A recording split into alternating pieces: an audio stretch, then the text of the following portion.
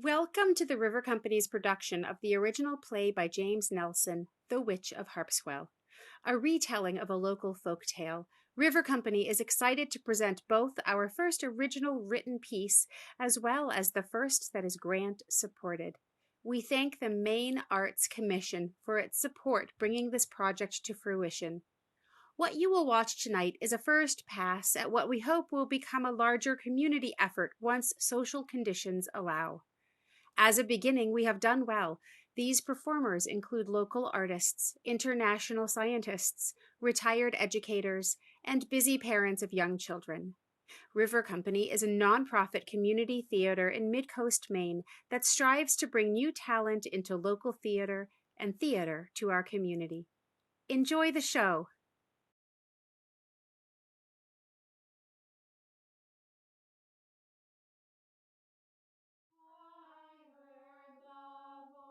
Of Jesus say, come unto me and rest. Lay down thou weary one, An empty stage with an old wrought iron fence with a gate at stage left. We hear women's voices softly singing an old hymn. A group of women enter stage right. They are shuffling, tired. 6 of them are holding a casket on their shoulders. Following behind is Mercy Stover, who is helping her aging, obviously grief-stricken father, Elkniah Stover, the only man in the group. As they approach the gate, Parson Eaton steps through from the other side, blocking their way. The women stop their singing, unsure what to do. They look at the parson in silence. Then the women holding the casket take a few steps forward and set it down on the ground, clearly relieved. Why have you brought that here? That is Hannah Stover. That is my mother. Aye, we know who it is, and we know she was not your mother. How can you be so... Don't say that, Uncle. My mother, yes. She lies in the burying ground, sure. Dead these 10 years, and I miss her every God-given day. But when she was gone, it was Hannah Stover who raised me, and was as true a mother as any gave birth. Now I've lost her too, and you've come here to tell me that. Why? Goodwife Mayo, I told you to stay home and have no hand in this affair. So you choose to disobey me, do you? For this, I'll disobey you, husband. Yes, I will. Hannah Stover deserves better. And you, Ezra Johnston, your sister may have given birth to Mercy here, but after she passed, Hannah was every bit a mother to your niece, as you know. Don't you tell me what she was. I know what she was, and there'll be no grave in consecrated ground for the likes of her. Why? She was a woman of God. A woman of God. She was a Quaker, a godless Quaker. She wouldn't enter this churchyard in life, and I say she won't in death. Then where do you propose we bury her, Uncle? She's not fit for burial. We should toss her body into the devil's den before tarnishing a graveyard with it. Oh. Ezra John, that's enough. Who gave you leave to decide who'll be buried in consecrated ground? Are you the leader of God's people in this town? No, Parson. But when the leader of God's people wouldn't let the devil's dam into the graveyard for our meeting house, it's time that any man may speak. And I'm not the only man here who says so. Yes, you're right. Parson Eaton, I came to you just yesterday, and we talked, and you said you knew my mother was a good woman, and you'd agreed to bury her here, even though she was, Quaker! I'll say it if you won't. Yes, well, I did agree your mother was a good woman, but the thing of it is... The thing of it is, Hannah Stover was She was a what, Uncle Ezra? A Quaker? Or something else? Enlighten me, please. I really am trying. Yes, she was a witch. What? Enough, That's the most Ezra. ridiculous. Enough. Oh, I know you were spreading that gossip all these years. My dear good wife Hannah, not born to Harpswell neck, not one of us by birth, and a Quaker to boot. So you would go and name her witch. The gossip, is it? Well, we've had more than gossip to tell us what that woman was. I knew of her ways and her repute while she still lived in Freeport, and I warned Brother Elkniah against her. And for that, she was hotly angered against me, and she was not backward in using her witchery. You were set against my wife, my second wife, from the start. Not because she was a Quaker or a witch. Everyone here knows the true reason you hated Hannah Stover. It's time for you to just... I was set against her on account of her witchery. And many times she's tormented me with her witch wiles because of it.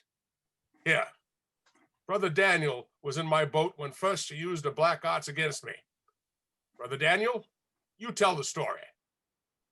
Well, I was there off at Ash Point, and we were hauling our seine net, and that was the same day I spoke out against the witch, mind ya. right, and so we were hauling our seine net, and may the devil take me if it didn't break in our hands, and not just break, you hear, but every mesh cut, and this a new net and fresh tar. There, you hear that? Brother Daniel was there. He saw the witch wiles of Hannah Stover.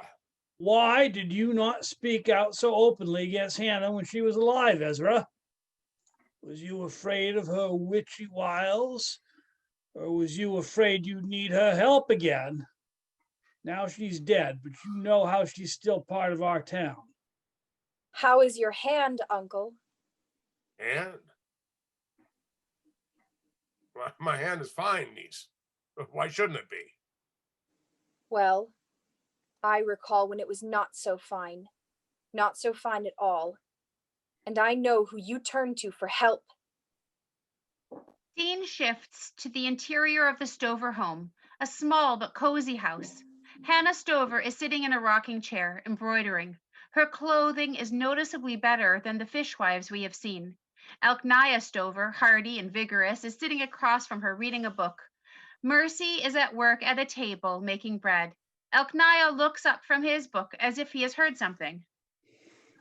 That wind is blowing like Gabe's horn tonight. It's a terrible night for certain. I heard that young Jacob Thatcher means to sail his boat down to Falmouth on this evening's tide. He'd best be careful in such weather. Jacob Thatcher means to sail tonight? In this storm? No, of course not. He's not such a fool. I was just wondering how you'd take such news. Seems you're some concerned about that young man's well-being. Of course. I worry about all the young men in Harpswell, all my neighbors. Of course you do, dear Mercy. Hannah Stover, you and your tomfoolery. I swear by all that's holy, that tongue of yours will get you in more trouble than I can get you out of. Well, Elkniah, maybe you would have done better to remarry a Harpswell girl. Maybe the town would have been better off too. What do you mean? There's plenty of women in want of a husband around here, as you should know. Agnes, for instance, I feel so sorry for her living alone. And Sarah, Eliza, they see me as an outsider or an intruder. It makes me uneasy. Agnes is a good woman, good aunt to Mercy. I never had a mind to make her my wife, certainly not after I met you. Well, I'm happy to hear that, husband. But I fear Brother Ezra has never forgiven me for snatching you away, or for replacing his late sister. It was a bit sudden, I guess. I hate to think what tales he tells about me all up and down Harpswell Neck. An insistent pounding is heard off stage. The three people turn and look as Hannah and Elkniah jump to their feet. Now, who would be at our door on such a night? I'd better see. He hurries off and a moment later returns with Ezra Johnson and Benjamin. They are dressed in heavy clothing, coming in from a storm. Ezra is limping and clearly in pain, cradling his right hand in his left. Benjamin helps support him as he walks in. Ezra, what brings you to our door on such a night? And how do you do, Benjamin? It's his hand, Goodwife. I fear it's frostbite. Come, Ezra, Yeah, I'm fine. Let me just warm up by the fire for a minute and I'll... No fire. Let me see it, Ezra. Mercy, heat some water. Not boiling, mind you, just warm. How did you get your hand so frostbit, Ezra? I was hauling my nets, just down to Potts Harbor. Lost my glove right overboard, but I couldn't just leave the nets behind, could I? We'll get some blood flowing and then we'll need a poultice. Mercy, fetch my medicine basket. Yes, Mama. She's your stepmother, Mercy. My sister's your mother. Show some respect. Well, now what sort of thing is that to say to a woman who's about to save your hand? I'm just saying, Elkniah. That's enough of that silliness, you two. Of course, I could have gone to see my wife's sister Agnes. She knows the healing right well, but it seemed easier if I just come over this way. Ezra Johnson, you know there's not a woman on the neck who's a better healer than my Hannah. None so willing to help. It matters not one whit why Ezra came to see us. He's here and we'll take care of him. Now, Ezra, it would be foolishness for you to go back out in this storm. Mercy, make up some beds for your uncle and Benjamin. They'll be spending the night. Oh, well, I suppose. Storm like this, it would be good for you folks to have another man around. Ezra, I'm glad you came. Scene shifts back to the gate outside the graveyard. For all the ill you spoke of my mother, my stepmother, yet still she tended to your hand, saved it, I'll warrant. And yet now you deny her the dignity of a grave. Don't matter. But Hannah Stover knew healing. Far as we know, that was part of her witchcraft too. But I seen her witch wiles with my own eyes. I myself was in Brother Benjamin's boat when Hannah Stover bewitched his anchor. Bewitched his anchor? Aye, that she did. Here was the anchor stuck fast to the bottom of the boat, and with all our strength of arm, as swear by the Holy Ghost, we could not move it. Stuck fast it was. Caught on the thwart it was. You hold your tongue, woman. I'm full of rum, you two was. I'm most like them. Tis no laughing matter. The anchor was stuck fast through witchcraft, and it would not move until I made the sign of the cross. I've heard of your popish practices before, but they're not to be boasted of in open day, unrebuked. That was not the first time I can speak to Hannah Stover's witchery. Wasn't I the victim of your wiles often? And all for my friendship with Ezra Johnson, who she was set against. You were bewitched by my mother. Aye, that I was. You all saw that ship, the Royal Navy ship, was lying off the point last Sabbath. Well, I was dragged from my bed by the devil's imps and hauled out to that very ship. I might have been killed, but the daylight drew on, and with my own ears I heard Goodwife Stover say, "Let him go."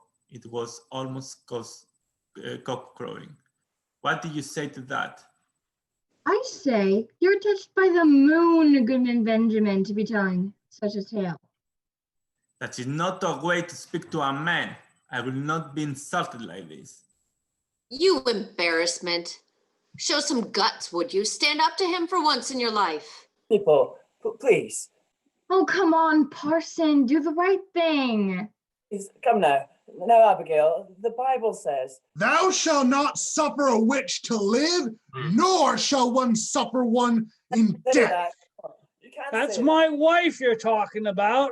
I expected to grieve her indignity. Enough. Enough. There's not a man nor woman here who doesn't know what Hannah Stover was. Grab up a coffin and let's take this witch wife to the devil's den and leave her bones to rot there. I warrant she's been there enough times before. Coward. Oh, you coward, you cowards. What has my mother done for you that you would treat her dead body worse than a dog? She has been more than a mother to me. And how many times has she helped the sick and the poor? Which of you have not asked her round in time of need? Which of you not had her help? And how better for her to hide the truth of herself? A wicked force is at work here, but it does not manifest from my dead mama. Devilish words. Come along, you men. We must get the witch out.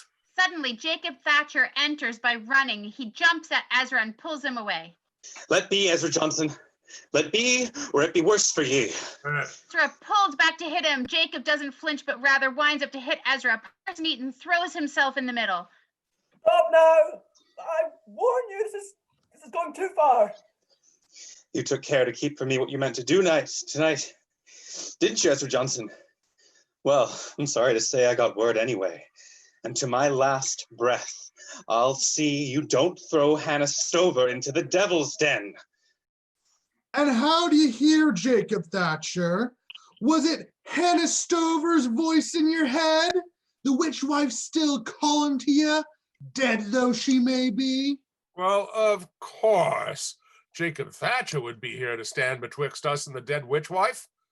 Everybody knows that Goodwife Stover bewitched him long ago to make him fall in love with Mercy. What she bewitched as well as here, Daniel Strong, you have cause to remember the luck Hannah Stover gave to young Jacob at your expense. Aye, that I do. Whether it was a boat race, a running race, wrestling, Hannah Stover always used her witch wiles to see it was Jacob Thatcher won over me every time. Me and all the fellows on Harpswell Neck. Was it Hannah Stover's witchcraft that made the lot of you lose? And not because Jacob Thatcher is stronger and faster and smarter than any of you? I know who I'd prefer. I'm warning you, woman. If Jacob Thatcher beat me in racing or wrestling on account of witchcraft, I can't say. But I can tell you this. I know it for a fact. Hannah Stover used her witch wiles to make Jacob fall in love with Mercy Stover. And how do you know that? Because I was there. I ain't ever told a soul about this, but I was there, and with my own eyes, I saw Hannah Stover casting a witch spell. Scene shifts to someplace outdoors. Mercy is standing by herself as if waiting for someone. Jacob comes in stage right, unseen by Mercy, and before he can speak to her, while he's still far away, Daniel Strong intercepts her. Mercy Stover, fancy meeting you here. Oh, Daniel, I was just on my way home. Were you down watching the boat races? I was. Then you must have seen how I won. Well, I should have won. They're saying that Jacob Thatcher won, but it's only because he cheated. I'm sure you saw that. Everyone saw that. Well, The thing of it is, I have a stronger stroke than Jacob, stronger by far. But he has this trick, you see, of coming alongside and fooling a fellow's oar. Oh, it's a clever trick, and none can see it from shore. But you ask any of the fellows in the other boats, and I'm sure they'll tell you that's what Jacob done to win. Oh, Well, I guess. Now, when it comes to a running race, well, that Jacob Thatcher stands no chance against me. I would have beat him last time if I hadn't hurt my leg fishing. I was pulling nets, you see, and there's none can pull as great a weight as fish as me. So I was pulling nets, and my uncle, see, I was fishing with Waitzel Eastman, and of course you know he's my uncle. And my leg comes up against the thwart, and it's a devil of a hurt. Pardon my language. In the midst of Daniel's monologue, Hannah enters stage right, equidistant from Jacob and Mercy and Daniel. She looks around and quickly assesses the situation.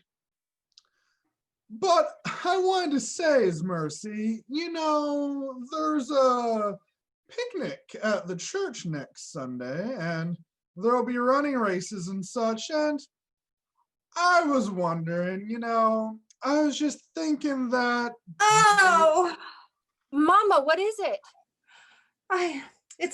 It's my stomach. It's an affliction I suffer from. Oh, we must get you home. Oh, no, there's no time. But there's another remedy. Daniel Stone, it's God's mercy you're here. Well, if I can help, I guess that. Yes. See here, there's a trick I know. It's the only way to cure this affliction, but I need your help. Well, whatever I can do, I suppose that. Well, you're the fastest runner on the neck, aren't you? Sure I am. And you've got the best eyes of any, don't you? I suppose that. No, of course you do. Here's what I need of you. Daniel, please. You must go out in the woods by Lookout Point and gather a mushroom, a certain mushroom for me. Mushroom? Where shall I No, there's no need for you to find them. I will tell you a certain word in a very ancient tongue, and you need to go to the woods, stand on one foot, and repeat the word 3 times. Say the word 3 times? Yes. Yes. And the elves will bring them to you. They'll just rise up out of the ground. Now, listen with care. The word is. Oh, I think I. Don't be afeared. The elves will never hurt you as long as you say the word exactly as I tell you. Otherwise, we'll go hard on you. But I'm sure that you'll remember it correctly. Now, the word is. I gotta go. He turns and runs. Hannah chuckles and straightens up. See here, I seem to be much better. Mother, you are wicked. I'm magic. I can make annoying suitors disappear. Oh, now I must be going. Now, Jacob, I would like you to see Mercy safely home. Right away, Goodwife Stover. Oh, there's no cause to hurry. Scene switches back to the graveyard. And that's what I saw. And you saw it too, Jacob Thatcher and Mercy Stover. You both seen it and heard it, just like me. Would you deny it? What more do we need to hear?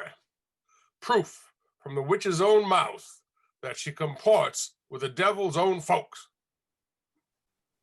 That would be damning, if it's true. Mercy, what do you have to say? I say, Daniel Strong, that I chose Jacob Thatcher over you, and it had nothing to do with witchcraft, and you're still angry about it. And I say, you'll tell any tale to get back at me, and so you don't look like the fool you are. I know you fancy Jacob more than me, and no, I ain't happy about it, but tell me this. Do you deny anything of what I just said? Run off, You didn't hear Goodwife Stover when she said it was all a joke. A joke. Ain't a joke. And ain't nothing to joke about. Who but a witch could make such a joke as that? My wife could. My dear Hannah. She was no witch, but she was the sort could pull such a trick. She had quite a tongue in her mouth. We had words about it more than once, for all the good it did. The scene shifts to the interior of the Stover home. Hannah is sitting at her chair sewing. Elkniah, clearly agitated, is pacing. Mercy is busy at the table. Hannah Stover, I can't believe you've done that. You must have scared that Daniel Strong half to death with talk of elves and such. It was a joke, my dear, a simple joke. Besides, that boy is insufferable. I wish the elves had taken him. He would have bored poor Mercy to death. Isn't that right, Mercy? Well, I'll own that Daniel can be some tiresome, and I'm not sorry he ran off. But truly, Mama, that might not have been the best thing. Oh, Mercy, not you too. Is there no one in Harpswell Neck with a sense of humor? No. Folks here do not have a sense of humor, not about such things. You're used to your Freeport ways, where folks are more learned. Round here, the simple folk, you know that. Fishermen, farmers, they're afeard of such things. I know there's no such thing as elves, and you know that. But to the people of this town, elves of magic are real. How do you suppose they're going to react? It's true, Mama. Folks around here, they take such notions seriously. Well, I saw you laughing, Mercy. Don't tell me you didn't think it was funny. You saw Daniel Stone's face. His eyes were as big as dates. Sure, it was funny, but that's not the point.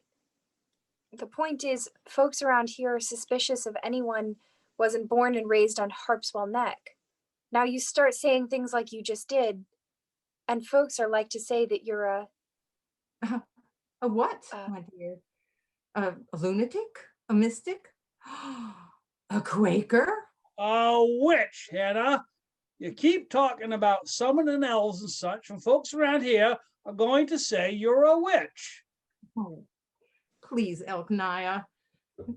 No one believes in such things anymore. It's 1758, for goodness sake. Around here they do, Hannah. Around here they do. You know Harpswell's a small town, Mama, and you know how people talk. Oh, Lord, yes, I know how they talk and the conversations they have. Will it rain, do you think? Bogey's running late this year. Old man Johnson's cow just fell over dead. Just giving them something new to talk about. They should be grateful. There you go again, Hannah, with that tongue of yours. I swear by all that's holy, it'll get you in some trouble. As it is, folks have their doubts about you. You're from away, for one. You're a Quaker, never set foot in church. Won't take much for folks to think the worst of you.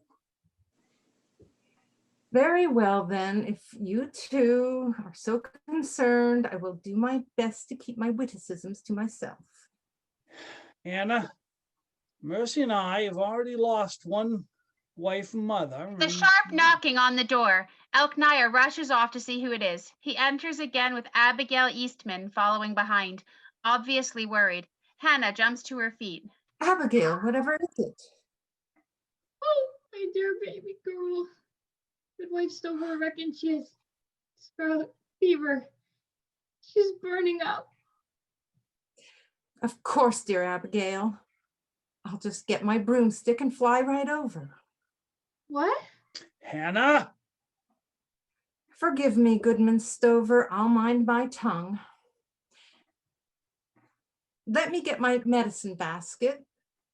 Now, Abigail, never you fret. I've seen lots of scarlet fever, and I have no doubt that little Hope will come through just fine. They exit in a rush. The scene shifts back to the churchyard. It was her way. I ain't saying it's right. And I ain't saying it didn't drive me to distraction. but such funnin' was her way. Of course you'd say such, Elkniah. You've been sheltering us since first you made her your bride and brought her here amongst us honest folk. Should have left her in Freeport, I say. And don't say I didn't give you fair warning before you ever married her. My father is telling you the truth. Sure, my stepmother was from away, not born here on the neck, but my father was. I was. You know us to be honest, God-fearing people. Honest, God-fearing people can be bewitched. They're the ones the devil goes for first. My wife's ways were not like our ways. Sometimes she said things some folks think strange. But that doesn't mean she was a witch, or that she deserves to have her bones left in Devil's Den. There you have it, neighbors. The word of two folks, honest, God-fearing folk, who lived with the witch and for certain came under her spell. So of course they'd say she wasn't the devil's dam. But then there's me, and there's Brother Benjamin, and Goodman Strong, and you know us to be honest men too, and God-fearing. And we all were victims of her witch wiles, seen it with our own eyes. Young Daniel Strong here, he saw Hannah Stover casting the spell, summoning up demons in the forest. Condemned with her own words. And Elkniah, and Mercy, and Jacob Thatcher, they don't even deny it. All they can say is that it was a joke. Well, I don't think it's no joke. She's a I'm witch. telling you, she was The not devil's a witch. She's I the know devil's who- dam. She'll never be buried in the I churchyard in consecrated ground. Mournful cry cuts through the sound of arguing. Goodwife Cole enters, tottering on a cane, and very distraught. She sits down on the coffin, touching it lovingly. Oh, Hannah Stover, you were my life. You were my life. Oh, Goodwife Cole, how is it you're here and you're home all the way down the neck? By my feet, I'm here. I walked near all day to get here. Hannah was my life, and I could not desert her in death. God be praised I made it in time so that I could see my dear Hannah set to rest. Ezra Johnson and these men say there's to be no funeral, that my mother's not to be buried in consecrated ground. Not buried? Well, where is she to be laid to rest? Devil's Den. These men would have her earthly remains cast on the rocks at Devil's Den. Devil's Den? Have you gone mad to do such a thing to such a woman as this? Such a woman? We know what sort of woman she was. She was a witch, and she'll not be buried in consecrated ground. She was my life. She was as fine a woman as ever lived in this town, and I've known more folk here than any one of you ever will. You have no notion what you're saying. Hannah Stover has shown me nothing but kindness since the very first time we spoke. Scene shifts to a cemetery. Goodwife Cole is standing in front of a headstone looking sorrowful. After a moment, Hannah Stover comes up beside her. She has a basket with a checked cloth over it. Goodwife Cole. Hannah Stover, what brings you here? Well, I was passing by and I saw you up here and I thought I'd come up and say hello. We've been neighbors for what, 3 years? And yet I've hardly spoken a word to you. Yes, well, I find I most often speak to folk I see at church, but of course I don't see you there. No, indeed. I suppose you're off to your own church or meeting or whatever you people have on a Sunday morning. So you don't see us Christian folk then. I'm sure your service is a fine and worshipful one. That Pastor Eaton is a good man, a man of God. Your husband was killed, lost, before I married Elkniah and moved here. I've heard Some tell the tale, but I've never heard the full story. Folks around here know the story well. 7 years ago, that wicked, wicked blizzard that come in late January. Couldn't see but 10 feet in front of you. Me and my Noah, we were safe at home, fire burning in the hearth, but then Noah, he hears something. He had ears like that. Anything out of place, he heard it. We went outside and then even I could hear it, folks crying in terror. You could hear it right over the wind. Ship's gone up on the ledge off Horse Island, Noah says. He knew it even though he couldn't see a thing. Oh, goodness, whatever did you do? Well, most men would have said there was nothing to be done on such a night. But not my Noah. He would never stay safe at home when there was folks in peril. So down he goes to the water and puts in his dory and rows right out, right into the teeth of that storm. Such courage, but he couldn't even see where he was going. Didn't have to. He'd fished those waters all his life, man and boy. Knew every rock, every eddy, just what the tides would do. He rowed right out to that ship, and it was right where he reckoned it would be, run up on Horse Island Ledge with her bow stove in and sinking fast. But what could he do? He could do what no one else would have the skill or courage to do. He ran his dory right up alongside the ship, and he took off what women and children he could. Whatsail Eastman and his wife, Abigail, was aboard, and their young ones, and a few other men from this town. He took those he could and rowed right back to the shore, rowed right up to the beach like it was a fine summer day. I can't imagine such bravery and skill. So he was able to save a few of the poor souls on board? A few? Noah left those folks he had saved there on the beach, and I got them up to the house. And my Noah, well, he hauled off and went out again and got the next lot of them.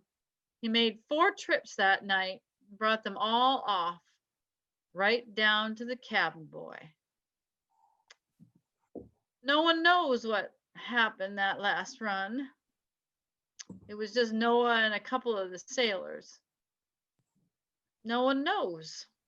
Current swept him into the ledge. Green water come over the gunwale.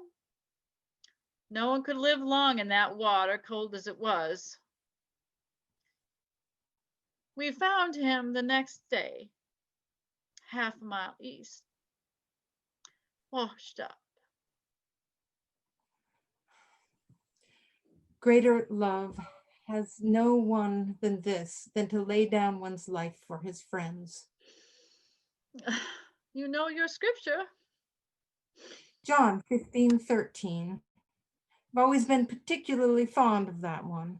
I like to think on how God takes men such as your husband who have shown that greater love and holds them so close. I imagine he took Noah right up out of that bitter ocean and brought him straight to his heavenly reward. Plenty of families around have loved ones still alive, thanks to my Noah. My Noah that lays here. And they know what they owe to him. Perhaps they do. But they don't like to talk on it much. I reckon it makes them uncomfortable. Of course. Say, I have this basket. It has some bread and cheese and a little cold roast beef and some of my fresh cider, I think. Can I give this basket to you? Oh, you know, after my Noah gave up his life, well, the folks around here, they promised I'd never come to want. They take care of me well enough. They're good people, and I have no doubt they do right by you, as they should. But you know the families of Harpswell much better than I do, and I thought that you would know who could best use this food. So if I could just leave it with you, maybe you could see it gets to anyone who's in need of it.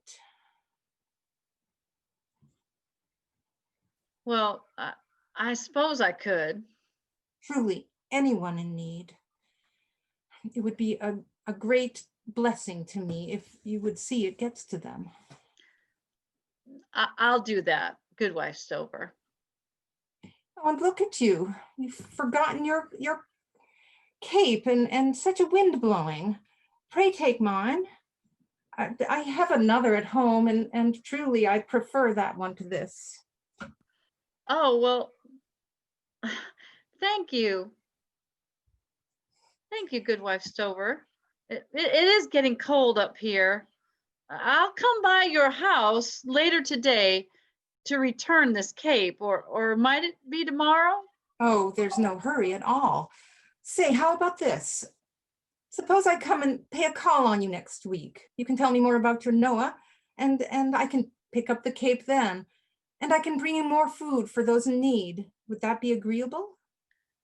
That would be most agreeable, yes. Hannah takes her leave, and Goodwife Cole watches her as she walks away. Scene shifts back to outside the cemetery. That was 7 years ago, and Hannah Stover has seen that I never wanted for food nor clothing, nor firewood, nor nothing ever since. And you all of you, I see men and women here who are alive because of my Noah. And I remember how grateful you were then and how you swore that you'd provide for me, that I wouldn't have to go to the parish for charity. And one by one, you forgot about me. Until it was Hannah Stover alone who saw that I didn't starve nor freeze of a winter. And now you do this? If you cast her into the devil's den, then you'll cast me in there with her. I'd be dead too if it weren't for Hannah Stover. Me and my baby. You remember, my baby was backwards and the woman like to die. And me too. But Hannah was the one came to help. She turned that baby around. I don't know how, but she birthed my baby as safe as can be. And ye, Betty Hinks, who gave you that cloak you're wearing this very hour? And ye, Martha Hastings, who brought you that through that fever last fall? And you, Andrew Cates, who nursed your wife in having time? If Hannah Stover was a witch, well would it be for Harpswell Neck if we had more of them. Take up that coffin. Bring it into the churchyard so that we might have a proper funeral. You'd bury her in consecrated ground? The ground will be consecrated wherever her body lies. Take her to the devil's den, and I tell you the devil's den will be holy if Goodwife Stover's corpse comes there. The men step forward toward the coffin, but Goodwife Mayo steps up and gestures for them to stop, which they do. No, no man shall carry this coffin.